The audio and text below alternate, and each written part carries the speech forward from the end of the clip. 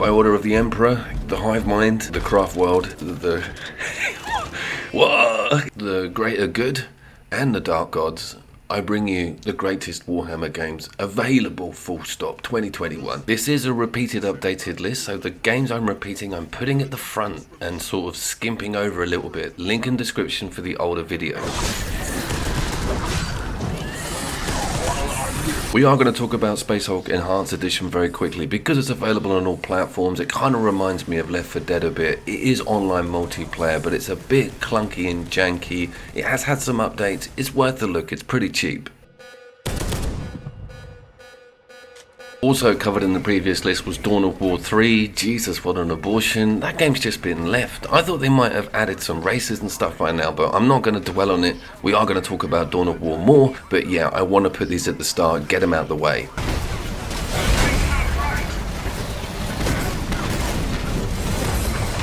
Though, I think you can all join me in just commemorating the franchise dying with Dawn of War 3, and that because of the newness of the game and because of the meticulous detail put on all of the models and the beautiful races that you get, it's so gutting to see that it was really skimped on. There's only 3 races, and if you don't know, it's really hero centric. It's really not a jewel in the crown for that series at all. Crying shame.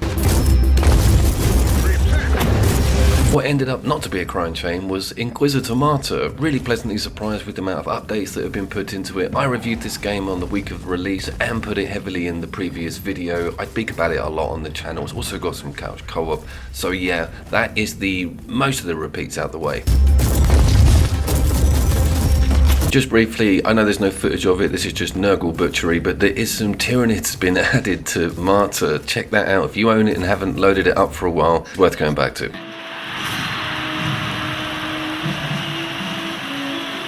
Okay, let's start. This is visually the start of the list. This is a new game for me, actually. I've owned it for about 3.5 weeks. It is Blood Bowl 2. I had the original on my Amiga 500 when I was a kid. It came with a transfer tattoo. It was awesome. I put it on my stomach. But look at the lineups, the races. There's a lawnmower, the dwarf lawnmower, hands down one of the best things in this. I never play sports games, never ever play them. Apart from Speedball 2, but this is too violent and Warhammer ridden to ignore, and essentially it is a turn-based strategy game. Just like any sort of American football or rugby game, you've got the choices to block and attack. All the players have got their own stats, and because they're crazy Warhammer monsters and demons, they've all got these cool moves and these cool looks.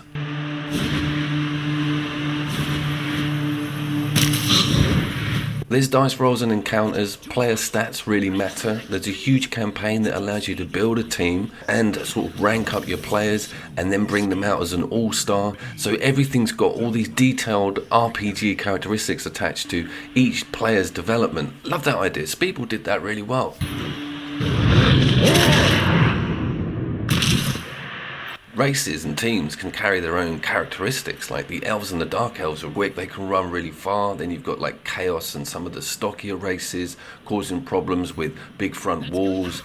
There's a lot of depth here, I really enjoy it. And by the way, it's on discount on Steam. It's like £6. That's part of the reason I picked it up so quickly and got into it, because I feel like I'm catching up with this. It's 2015 this game came out.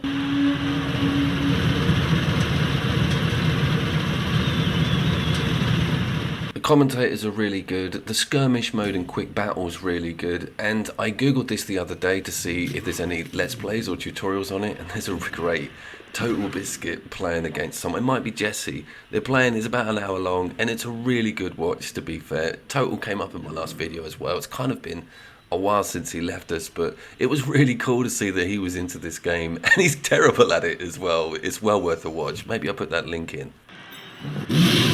Next time they should hire a tame player. And this is a touchdown! Okay, next up we got Mechanicus, and a really healthy platform range here, Switch, PC, PS4, Xbox. It's on all of them, which is really great. It's a strategy turn-based game, so it's not roller coaster stuff. And this is the second time I've put this on the channel because, and I feel I need to make a bit of a confession here, I had a tough time with this game when I first reviewed it, and it left kind of a bad taste in my mouth, but I've been pushing and pushing on this game since then, and I've opened up loads of different aspects that I'll show you soon.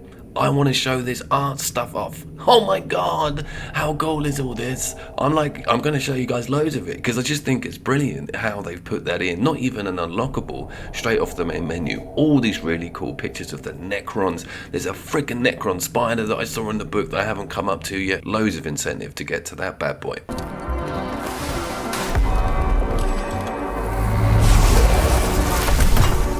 Having a solid Mechanicus Necron cannon really works well, and the whole thing being in the tombs and the fact that you're timed and it's only a matter of missions before the Necron become unmanageable and they take over. You have this like meter so that you can't bugger around with this. You're like sitting on a ticking Necron bomb. It's awesome to have that as an idea, and it's also awesome to have the Mechanicus and their ability to bolt on all this different stuff that helps them in combat or supports each other. You've got like 8 different slots to each of your Mechanicus priests. It's awesome, that choice and that deep RPG element coupled with a very solid turn-based game.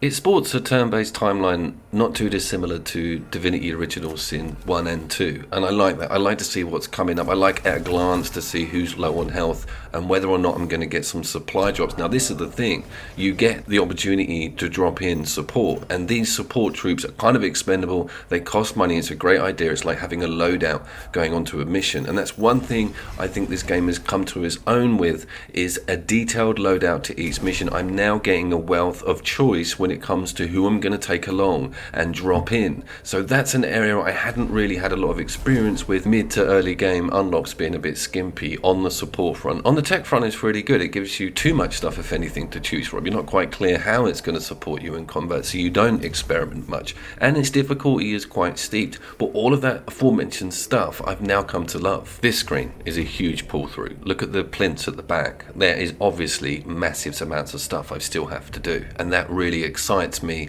being able to drop in one of those massive Mechanicus Dreadnought things, or have those little quick impy things that I've seen on playthroughs. So I'm very incentivized to keep playing, and I love the soundtrack, music and dialogue. It's all so goddamn dark.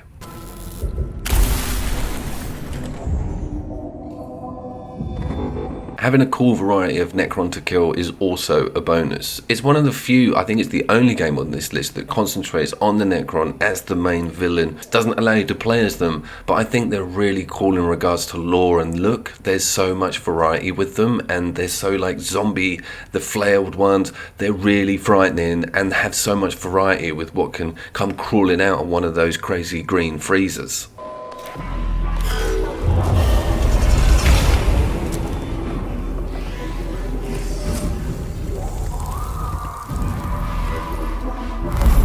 The mechanics of Mechanicus are also quite unique. Servitors work with you to collect action points, essentially, that they call cogs, and it's really an idea to allow you to do a lot more in a single move and use your brain a bit to gather these action points from around the map and then implement them in a single turn. It's great when it all comes together, and these cognitive points can be carried over to other turns, so you can sort of stack them up. There's a lot going on. It's one of my favourite turn-based strategies at the moment. Mechanicus is definitely worth a look.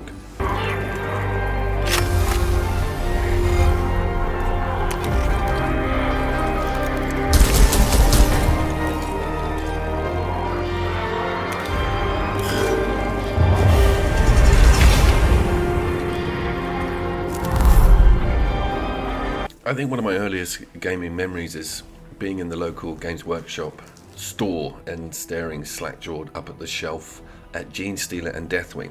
They were the two add-ons to Spacehawk, and they came, Deathwing came with librarians and these amazing psychic attack playing cards, and yeah, it was amazing. I did get them, both of them eventually. The Gene Stealer came with hybrids, which were gun-firing Gene Stealers. I also remember having Advanced Space Crusade that had Tyrannid models in it that I implemented into my Space Hulk game, made up all the stats. Hilarities. Anyway, enough of my experiences of 1993. Let's move on to this tactics game, because again, we've got some really healthy platform coverage here. I'd love this on the Switch, to be fair. This is the PlayStation 4 version, and we had to wait a little while for it. There was a certain amount of delay. It was on PC and Xbox a lot sooner than I got it over on the PlayStation 4. There's been a number of Space Hulk games. It's got a hell of a legacy, because it's not only an amazing board game, but the idea of those blimps, those Geiger-style aliens, the fact that you're the most badassest Marines. Hold on, the most badass Marines in the freaking galaxy. It's got a lot of commercial appeal and obviously a lot of parallels with a certain Hollywood franchise. But I love the tension, and I love the fact that you're playing as a Terminator. I say Marine, a Terminator is a walking freaking tank that can probably take a shell from a tank to the face. Right, Gene Stealers can still get in there though, can't they? But the fact is that it's a big, bulky, mechanical piece of apparatus that needs to be handled with care.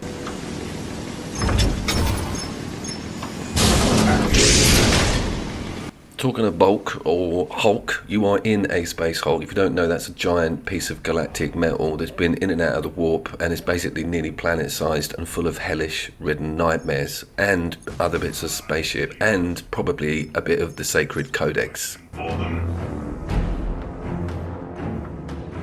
So there's a few reasons to be in there, but more importantly, they're very narrow corridor-based structures, and that really does work well with this lore and the fact that the Gene Stealers have an abundance and you have very few die-hard Terminators. It's also two-player and online competitive. Of course it is turn-based, and I think for me it's probably the best homage to the board game out there at the moment, and I don't speak about this game enough. I put it up against Mechanicus.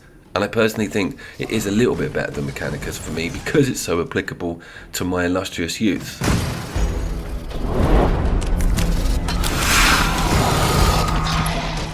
Mechanics wise, it's got a little bit of modern spice in there. You've got a card system, top left. You can utilise them, re-burn them up, and they give you an added sort of move, action point. You might be able to just save yourself from death, or stack them all up, or use them on your captain, that sort of stuff. And there's also a nice wealth of different type of Gene Stealer. I think that's so important, is that they're big, they're bulky, they're acid ridden, some of them have got bulbous heads. There needs to be some variety.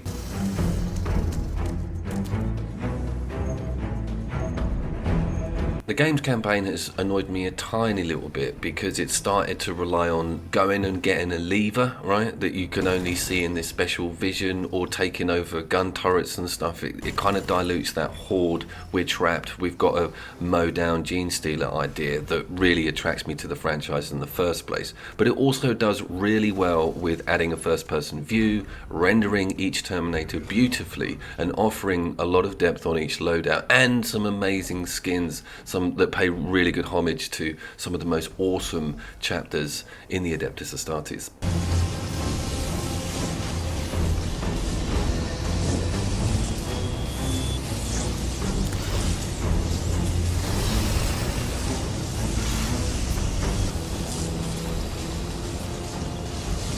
There's a lot of user-generated content to take advantage of, and a map generator, but this RNG sometimes is ridiculous. Space Hulk Tactics.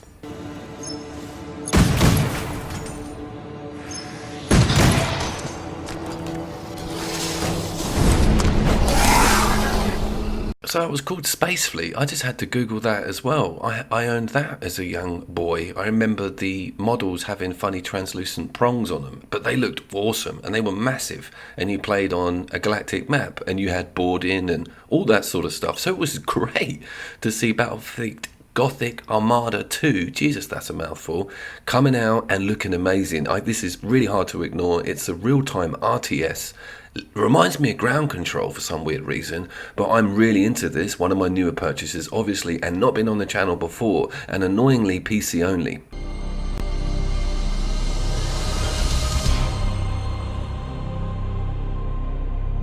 hung on that race screen for quite a long time because I wanted to show you the vast amount of not just races but factions within them. Mechanicus is in here, Adeptus Mechanicus even, and Darker Eldar. It's really in depth. Or more importantly, Tyrannid and Tyrannid spacecraft, which I think are the most crazy looking things of all of the Warhammer lore. Building or designing a giant moving creature slash biometric spacecraft has got to be one of the coolest jobs in that office, and man, they did a really good job. What a great brief and idea as well. They just look like giant green spunk. Struck at the enemy ship from within. Swiftly. Yes, Commander. Dark stars in flight. Don't. That's really harsh. They don't. The game revolves around micromanagement like crazy. You wouldn't believe it. It's all about managing your hotkeys and even temperatures and engines. Having everything in the right place at the right time is so important. And because some of these craft move so slowly, you need to map out how you're going to do your attack and what ships you're going to implement first. And scanning is very important. Evaluating what you're fighting. There's so much depth here. It's excellent, and it all happens sometimes simultaneously. There is, by the way, a slowdown on spacebar, which I only clocked the other day, because you would go mad trying to micromanage each one of these spacecraft.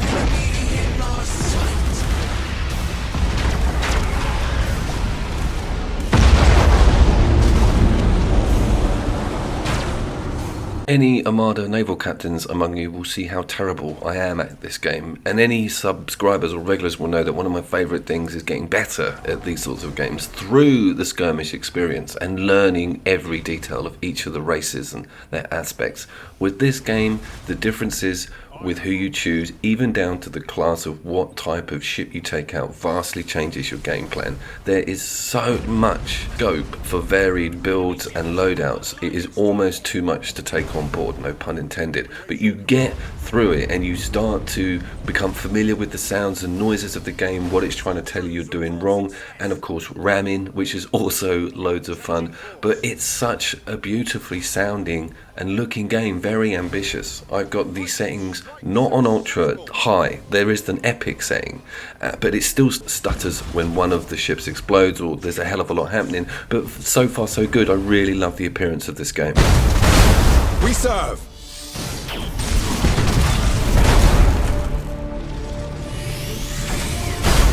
Back to some of the race and spacecraft choice, you'll see that some of the weapons aren't automatic lock-on. Some of them come out of the front of the spacecraft, so you need to turn on an axis to point it in the right direction, and this causes all manner of problems. You have to re-maneuver, and of course they're so slow and sluggish that by the time you've got in the spot you want to, everything's changed. So you need to pre-plan and be aware of what your ships can do.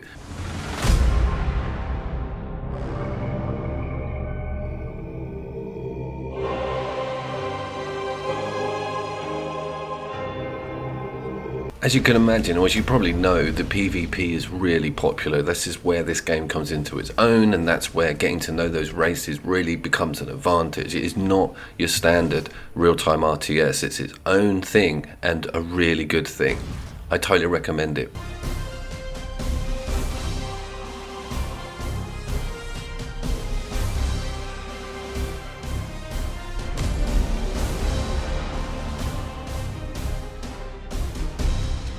Okay, it's time for Gladius, a game that's marooned over on PC and Steam and has been out since 2018. And it's a bit annoying that it's not been put onto console, especially not onto the Switch, because it's a tile-based, turn-based, Civilization-esque Warhammer game, which has got a lot of cool stuff going on.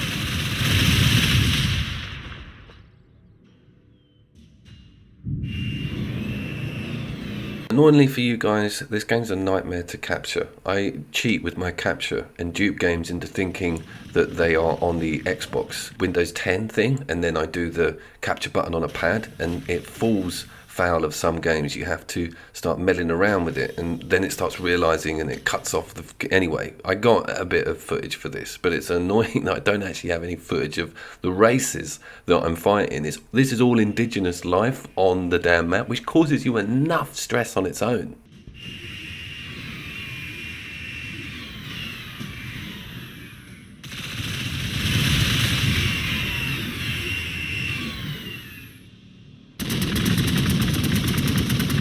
They've managed to implement the Warhammer 40k lore and tile-based game with upgrades and strategy so well. They've put in these research elements that give you these little choice trees. You can go very vehicle heavy, you can stick to your troops, you can invest in their equipment and make them a lot tougher. There's a hell of a lot going on with stacking everything that takes time with the turns. Like building a big thing may take 6 turns and you might think, Jesus Christ, that's ages away. So you need to start managing your time and making sure that you've got room to maneuver.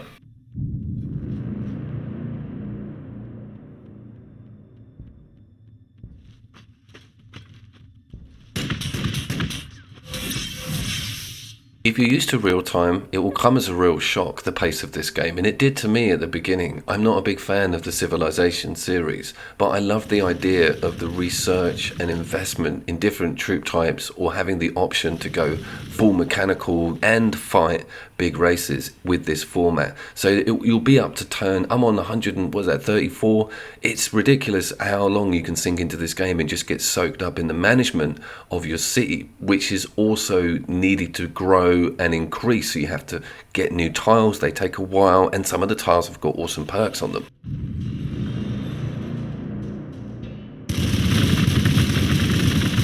Again, this game is very popular and works really well with PvP, and the developers have added Tyrannid as paid DLC, which has annoyed a few people. Race-wise, base game's got Orc, Marine and Necron, so that's enough to be going with. And I think that Tyrannid and having those huge Carnifexes and awesome quick moving smaller units would definitely be worth a look if you're a fan of this game. I think more content in this front is definitely worth it, but I want to see it coming out on more platforms. I'm a bit miffed at the delay on that. I wonder if it's ever going to happen.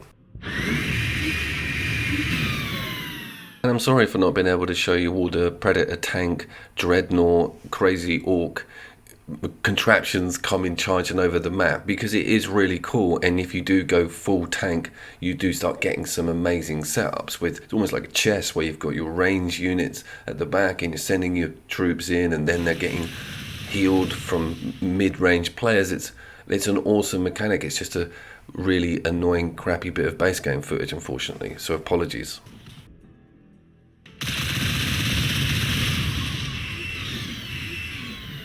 Okay, we're in the realms of the top 3, and these 3 games are real veterans. They've been around for a while. The mid-section of this list was the newest stuff, and that's what I really wanted to show you, but hang on in there because we're going to have a look at Vermintide 2 and its epicness, its Warhammerness, and just its Left 4 Dead aspects, and the fact that it's one of the most frightening, atmospheric, and just vermin-ridden, amazing experiences out there, available on all platforms as well, all the major ones. No Switch, Jesus.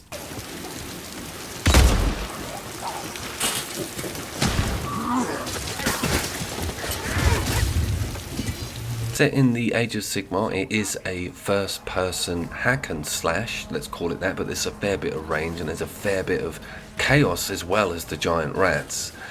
Team Shark Tank Team Tank of the Shark, I have got something new in the barrels, no pun, but it's got more guns in it and it looks freaking amazing. It's probably coming out mid-year, I think, so that'll be appearing on the channel. But this is a real proper Warhammer game.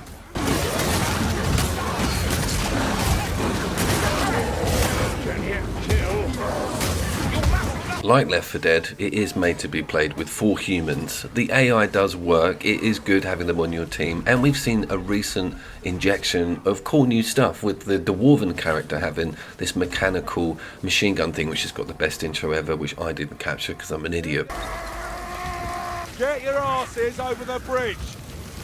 Complementary classes are kind of a thing with this game. You have a hotkey special that kind of interlinks with whatever anybody else has got, because you can't do much on your own, basically is what I mean. And it's cool to pick people that are gonna just decimate the battlefield when you start combining their different spells and magic. It's got a lot of depth in that direction, and with the loot, surprisingly enough, it's got really good looking loot system and reward system and ranking system.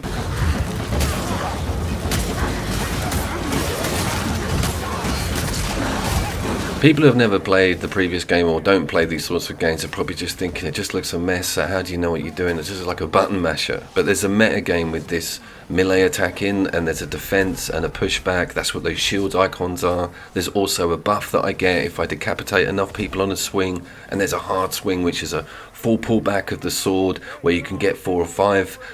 It's awesome. Fighting your fire with steel and shot is no laughing matter. There is no excuse.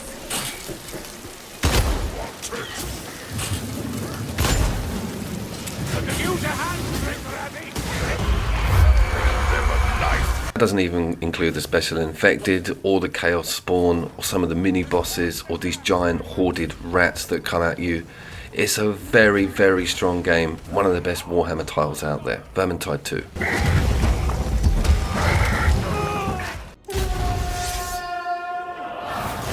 I see the Witch King's armies, but not Malekith himself. Yes, it's number 2, and it is Total War Warhammer 2. I'm gonna let this call out run a bit. Telling his doom by a magic wielder of male aspect. Perhaps he cowers on his black ark. Do not show these fallen kin mercy, for they have never shown us any.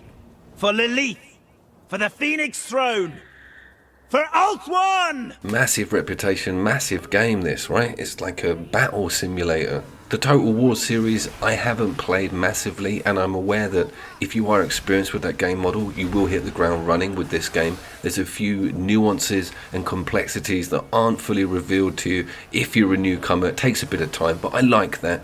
But this is one of the best looking battle RTS games out there when it comes to Warhammer, and just love on all of the characters, all of the races. There's so much here.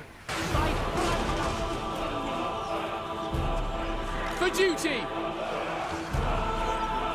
One of the few games on this list that captures the size and scope and ideas about what a Warhammer war would look like on the battlefield. It really does conjure up such great images with its sounds and with its lore and with its voice acting on some of the Lord and hero characters. It's amazing. There's so much fun to be found playing as the Skaven because of the funny stuff they come out with. And I have so much respect for people who play this game online also, because it's complicated. There's a lot of plate spinning going on.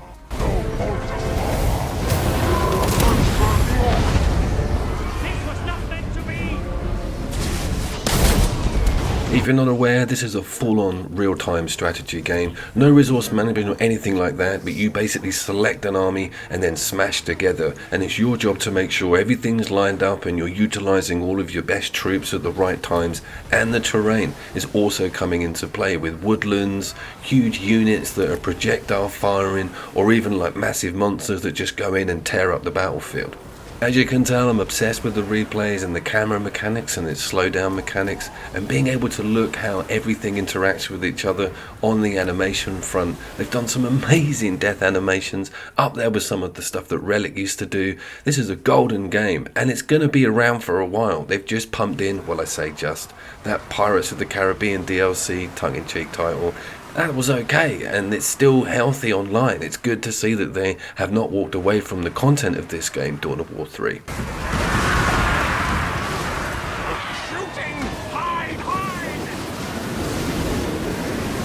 And talking of content, you're looking at about a year to master all of the base game races. I am not joking. I am still finding out new stuff and how other stuff reacts on the battlefield with alternate enemy types and special moves from all the Lord characters, and choosing your army loadouts and working out what you're going to take out. And also, I'm big on the quest skirmish battles, so having that locked army budget or locked troop type, and then going again through a quest canon in a strange sort of scenario. It might be a siege, it might be some sort of weird ambush battle, that sort of stuff.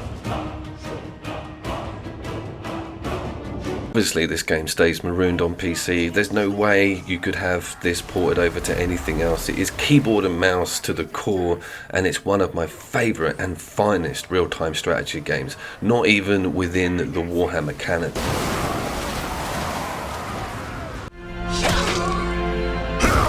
Its worlds under siege. Chaos spreads. Yep, Dawn of War 2 slams in at number 1 as my favourite Warhammer game ever, right? Can you believe that? Yeah, even more than Dawn of War 1, right? And another thing is, have you played that recently? I know there's mods for it, I know it's amazing, but it's unbearable with that camera that close. It is an iconic game, it started the whole series, I know that, but Dawn of War 2 is an unsung hero in the franchise, trust me. What? It's its company heroes game model, coupled with the detail of the Warhammer 40k universe, dovetailed in and blended in to that strategy model, and also the perks and the upgrades and war gear, how they've integrated that into the lore and into an amazing PvP setup is really an accomplishment. And that doesn't even cover how good it looks still. 2015, see all the reflections in that wall. I've got everything on Ultra because I saw this game on release and I didn't even own a PC when it came out, but now, the promised land is here.